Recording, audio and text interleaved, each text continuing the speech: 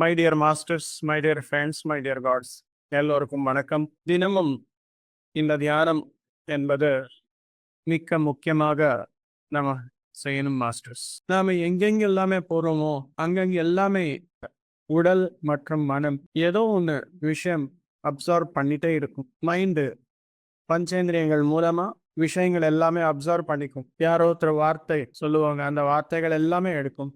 ஏதோ ஒரு பார்வை, அந்த பார்வையின் மூலம் நிறைய விஷயங்கள் எல்லாமே விஷுவல் உருவத்துல எல்லாமே உள்ளே இருக்கும். ஏதாவது சாப்பிடுறோம், ஒரு டேஸ்ட் மூலமா, ஸ்மெல்லு மூலமா எல்லாமே உள்ள எடுக்கும், மைண்டுக்கு இன்புட் ஆகும். அதே போல் நமக்குள்ள, அதாவது நம்ம உடலுக்குள்ள இருக்கும் ஒவ்வொரு அணுக்குள்ள கூடவும் ஒவ்வொரு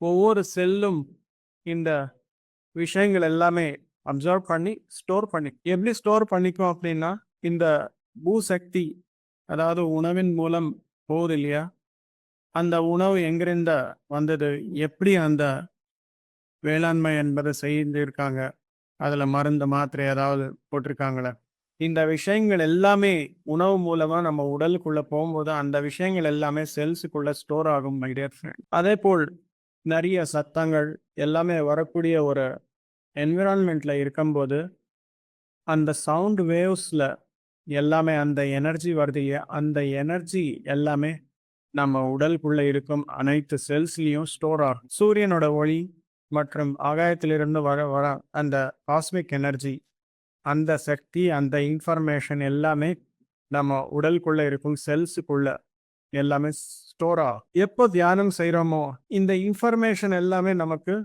வெளியே கொண்டு வரும். எது தேவையோ எது தேவையில்லையோ அது எல்லாமே டிசிபேட் ஆகி ஒரு fine tuned information, fine tuned energy மட்டுமே நம்ம செல்ஸுக்குள்ள இருக்கும். அந்த மாதிரி இருக்கும்போது நம்முடைய உடலுடைய ஃபங்க்ஷனாலிட்டி எல்லாமே நல்லபடியா இருக்கும் மாஸ்டர்ஸ். அதுக்காக என்ன பண்ணணும், மேக்சிமம் பாசிபிள் நாம சமைச்சு நாமே சாப்பிடும்போது நமக்கு தேவையான சக்தியை எல்லாமே அந்த உணவுக்குள்ள வருது. எதுக்காக நாம பண்ண இந்த மாதிரி ஆகும் அப்படின்னா, we are all meditators.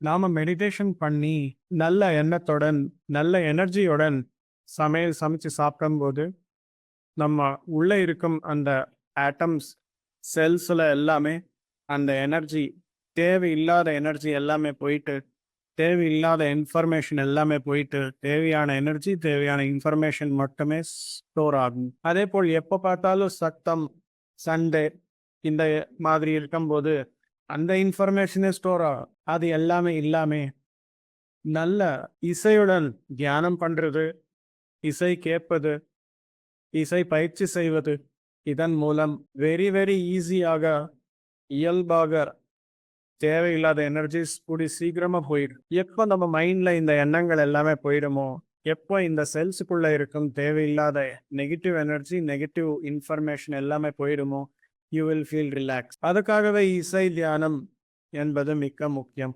பௌர்ணமி அன்னைக்கு உட்கார்ந்து தியானம் பண்ணும்போது ஆகாயத்திலிருந்து நிறைய எனர்ஜிஸ் எல்லாமே வருது. அந்த எனர்ஜியின் மூலம் நமக்குள்ள இருக்கும் செல்லுலார் இன்ஃபர்மேஷன் எல்லாமே ஃபில்டர் ஆகி தேவையில்லாத எனர்ஜி, தேவையில்லாத இன்ஃபர்மேஷன் எல்லாமே ஃப்ளஷ் ஆக்கி நல்ல இன்ஃபர்மேஷன் மட்டுமே இருக்கும். அப்போதான் வார்த்தைகளாகட்டும், செயல்களாகட்டும், எண்ணங்களாகட்டும் பர்ஃபெக்டா இருக்கும். பாடி அண்ட் மைண்ட் ரெண்டுமே ஒரு சிங்க்ல வந்துடும் மாஸ்டர்ஸ். அப்போதான் தியானம் பண்ணும்போது நல்ல தியானம் அமையும். பிளஸ் ஆன்மாவின் பேச்சுகள், வார்த்தைகள் எல்லாமே இன்ட்யூஷன் மூலமா கேட்கப்படும். அப்படி இல்லாம ஒரு நேரத்துல தியானம் பண்ணிட்டே இருக்கிறோம், இன்னொரு சைடு எது சாப்பிடக்கூடாதோ அங்க எல்லாமே போய் சாப்பிடுறாரு. வெஜிடேரியனா நான் வெஜிடேரியன் ஒரே ஹோட்டல்ல இருந்தால் வெஜிடேரியன் கூட கிடைக்கும் இங்க அப்படின்னு சொல்லி அங்க போய் நிறைய பேர் சாப்பிடுறாரு. வெளியே வரும்போது பூண்டு இல்லாத நமக்கு கிடைக்காது அப்படின்னு சொல்லி பூண்டு அதையே சாப்பிடுறாரு. இது எல்லாமே பண்ணும்போது பாடியில இன்னும் மேலும் மேலும் இந்த நெகட்டிவ் இன்ஃபர்மேஷன், நெகட்டிவ் எனர்ஜி வந்து ஆட் ஆகிட்டே இருக்கும்போது நாம் பண்ண தியானத்தின் மூலம் எப்பவுமே ஹீலிங்லயே போயிடும். இந்த இன்ட்யூஷன் எங்கே கனெக்ட் ஆகும். அதுக்காக நம்ம பழக்க வழக்கங்கள், ஹேபிட்ஸ் எல்லாமே சேஞ்ச் ஆகணும். நம்ம ஃபுட் ஹேபிட்ஸ் ஆகட்டும், நம்முடைய திங்கிங் ஹேபிட்ஸ் ஆகட்டும், எல்லாமே சேஞ்ச் ஆயிடுச்சு அப்படின்னா இந்த எனர்ஜி லீக்கிங் பாயிண்ட்ஸ் எல்லாமே க்ளோஸ் ஆன மாதிரி. அது எல்லாமே எப்படி பண்றது? அவேர்னஸ். இந்த விஷயங்கள் எல்லாமே தெரிஞ்சுக்கணும். அப்போதான் நமக்கு தேவையான ஹேபிட்ஸ் எல்லாமே வருது. இன்ஃபர்மேஷனே தெரியாம இருந்தால் எப்படி குட் ஹேபிட்ஸ் கல்டிவேட் ஆகுது? அது வர்றதுக்கு வாய்ப்பே இல்லை மாஸ்டர்ஸ். அதுக்காக தினமும் தியானம் செய்வதன் மூலம் எனர்ஜி வாங்க முடியும். அதை இசை தியானம் செய்தால் செல்லுலார் லெவல்ல எல்லாமே நெகட்டிவ் எனர்ஜி போயிட்டு பாசிட்டிவ் எனர்ஜி மட்டுமே நிறைந்து இருக்கும். எப்போ இந்த பாசிட்டிவ் எனர்ஜி நிறைந்து இருக்குமோ வெளியிலிருந்து வைரஸ் ஆகட்டும் பாக்டீரியா ஆகட்டும் வர முடியாது. அவ்வளவு ஜாஸ்தியா இருந்தால் எனர்ஜி ஒவ்வொரு ஆட்டமும் வைப்ரேஷன் எல்லாமே தெரியுது நமக்கு. ஒரு வாட்டி நீங்க பாருங்க, உங்களுடைய வாழ்க்கையில நிறைய இன்சிடென்ட்ஸ் எல்லாமே இருக்கு. அந்த நேரத்துல பாருங்க, you will be only positive information, positive thoughts, positive ஃபீலிங்ஸோட இருப்பீங்க. எதுக்காக அப்படின்னா நமக்குள்ள இருக்கும் அனைத்து அணுக்களும் அந்த பாசிட்டிவ் வைப்ரேஷனோட ஹை எனர்ஜியில் இருக்கும். அந்த மாதிரி எனர்ஜிஸ் எப்பவுமே இருக்கணும். அந்த மாதிரி செய்யணும் அப்படின்னா நம்முடைய மைண்டு கிளீனாக வச்சுக்கணும், அவேர்னஸில் இருக்கணும். எங்கே சாப்பிடணுமோ, எங்கே போகணுமோ, எங்கே உட்காரணுமோ, யார் கூட போகணும், யார் கூட போகக்கூடாது, என்ன சாப்பிடக்கூடாது, எந்த இன்ஃபர்மேஷன் உள்ளே வாங்கிக்க கூடாது, யாரோ வந்து தேவையில்லாத பேச்சு எல்லாமே பேசிட்டே இருக்கும்போது நாம் கேட்கணுமா வேண்டாமா அப்படின்றது உடனே ஒரு முடிவுக்கு வந்துடணும். இதர் டாபிக் சேஞ்ச் பண்ணும், இல்லை வெளியில் போயிடணும். அந்த மாதிரி அவேர்னஸ் என்பது இருந்தால் நம்மை நாம சேவ் பண்ணிக்க முடியும் மாஸ்டர்ஸ். இல்லைன்னா எப்பவுமே தியானம் பண்ணிட்டே இருப்போம், அந்த எனர்ஜி எங்கேயோ போய் ஏதோ ஒரு இடத்துல வீணாக்கிட்டே இருக்கிறோம். அந்த மாதிரி இருக்கிறதுக்கு நாம் இல்லை. நல்ல தியானம் பண்ணணும். அந்த எனர்ஜியை 4 பேருக்காக, இந்த உலக நன்மைக்காக பயன்படுத்தணும். அந்த எனர்ஜி ஸ்டோர் ஆகணுமா இல்லையா? எப்பவுமே இந்த நமக்குள்ள இருக்கும் அந்த நெகட்டிவ் எனர்ஜி கழுவுறதுக்கே எல்லாமே எனர்ஜி வீணாக்குது அப்படின்னா இந்த உலக நன்மைக்காக நம்ம என்ன செய்ய முடியும்? அதற்காக மை டியர் மாஸ்டர், அவேர்னஸ், இந்த விழிப்புணர்வு என்பது மிக முக்கியமானது. நீங்க எங்க இருந்தாலும் உங்களுக்குள்ள ஒரு தெளிவு என்பது இருக்கணும். எதுக்காக இங்க இருக்கேன், என்ன செய்வதற்காக இருக்கேன், என்ன பேசுறதுக்காக இருக்கேன், என்ன கேட்கறதுக்காக இருக்கேன். ஏதாவது ஒன்று கொடுப்பாங்க யாரோ ஒருத்தர் வந்து, அது வாங்கிக்கணுமா இல்லையா அப்படின்றது உடனே உங்களுக்கு தெரியும். அந்த மாதிரி ஒரு தெளிவுடன் இருந்தால் நம்முடைய வாழ்க்கை ஆனந்தமா இருக்கும், ஆரோக்கியமா இருக்கும். எப்பவுமே ஆன்மாவுடன் இணைந்து அந்த இன்ட்யூஷன் மூலமா நமக்கு ஒரு கைடன்ஸ் என்பது கிடைக்கும். அந்த கைடன்ஸ் இல்லாம தானே எப்ப பார்த்தாலும் கன்ஃபியூஷன் இருந்தால் அங்கே என்ன இருக்கும்? துன்பம் தவிர்த்து வேற எதுவுமே இருக்காது. கன்ஃபியூஷன் இருந்தால் முடிவுக்கே வராது. முடிவுக்கு வரல அப்படின்னா அங்கே செயல்கள் இருக்காது. செயல்கள் இல்லை அப்படின்னா ரிசல்ட் வராது. ரிசல்ட் வரல அப்படின்னா துன்பம் தானே நமக்கு வருது. அதை எப்பவுமே தினமும் செய்து இந்த மாதிரி நம்முடைய ஹேபிட்ஸ் எல்லாமே கரெக்ட் பண்ணி எப்பவுமே நம்ம உடலுக்குள்ள ஆகட்டும் எனர்ஜைஸ் பண்ணி சக்தியுடன் இருந்தால் ஆட்டோமேட்டிக்காக யூ வில் பி இன்ட்யூஷன்.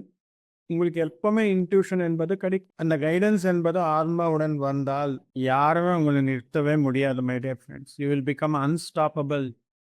அந்த மாதிரி இருக்கிறதுக்காக தியானம் பண்ணணும். இப்ப பார்த்தாலும் கால வலி, முட்டி வலி, தலை வலி, மூக்கு வலி, நாக்கு வலி அப்படின்னு சொல்லி அதுக்காக தியானம் பண்றதுக்கு கிடையாது. அது first phase of life. Spiritual லைஃப்ல அது எல்லாமே முடிஞ்சதுக்கு அப்புறம் ஒரு மாஸ்டராக வாழ்க்கை ஆரம்பிக்கும் போது இந்த உலக நன்மைக்காக நான் என்ன பண்ணணும், என்ன செய்வதற்காக வந்திருக்கிறேன், இன்னைக்கு செய்ய வேண்டியது எல்லாமே பண்றதுக்கு அப்புறம் நாளைக்கு நான் என்ன பண்ணணும் அப்படின்னு சொல்லி ஒரு பிளான் என்பது இருக்கணும். அந்த அளவுக்கு ஒரு தெளிவுடன் வாழ்க்கை வாழ்ந்தால் you are a master my dear friends, my dear master. So தினமும் தியானம் செய்யணும், சத்சங்கம் பண்ணணும், புத்தகங்களை வாசிக்கணும் மாஸ்டர்ஸ். இருக்கும் இந்த 3 விஷயங்களுக்கு மீறி வேற எதுவுமே இல்லை. 18 கொள்கைகள் எப்பவுமே ஞாபகம் இருக்கணும். இந்த 18 கொள்கையிலேயே எல்லாமே இருக்கு பார்த்தால். ஆனா பார்க்க மட்டுமே அதுல என்ன இருக்கு சார்? 18 கொள்கைகள் படிச்சுட்டோமே. இல்லை மாஸ்டர்ஸ். ஒரு யோகி என்பவர் எப்படி இருப்பாங்க அப்படின்னா பண்றதே பண்ணாலும் அதுல புதுமை ஏதாவது இருக்கா அப்படின்னு சொல்லி பார்ப்பார். யோகி அல்லாத சாதாரணமான மனிதன் என்ன செய்வாங்க? நேத்தே படிச்சுட்டோமே, அவ்வளவுதான், வேற எதுவுமே இல்லை, அது பழசாகி போயிடுச்சு, அவ்வளவுதான். ஆனா அது இன்னொரு வாட்டி படிச்சால் அதுல புதுமையான விஷயம் உங்களுக்கு தெரிய வருது. அந்த மாதிரி இருந்தால் வாழ்க்கை அற்புதமாக இருக்கும். Thank you masters. எல்லோருக்கும் வணக்கம். நன்றி.